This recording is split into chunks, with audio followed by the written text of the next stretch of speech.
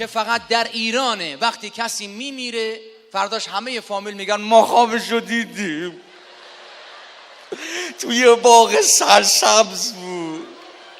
آره ارواح خاک باغچه‌تون. معلوم نیست اون دنیا تو کدوم بشکه غیر داغ دارن همش میزن واسه گناهاش. تو باغ سرسبز براش دیدی؟ دنبال جوک نگرد، برو و بعضی از این آگهی‌های فوتو فقط نگاه کن، اونورتر از جوکه. آگهی فوت من دیدم پیرمرد 109 سال عمرش بوده فوت شده، روش نوشته بودن به دیدار حق شتاف. این کجا شتافته؟ این عرق اسرائیلو در آورده تا رفته.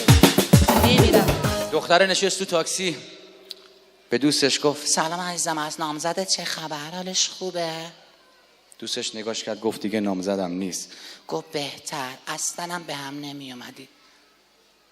بی شعور کثافت بی سواد حمال شبیه میمونا بود، میدادمش حالم ازش به هم میخورد. برگشت بهش گفت نامزد نیستی، من با هم ازدواج کردیم دیگه. حالا خلاصه میگفت این بابا چون بحثش مطرح شد تو گوش پسر زده بود، میگفت یکی از دوستان بابام گفته اگه این کنترل مملکت رو بدن دست من عالی اداره میکنم. دوستم بهش گفته بود بابا جان شما یه کنترل تلویزیون رو برمی‌داری اعصاب همه رو خورد میکنی، کنترل مملکت میذاره رو احوال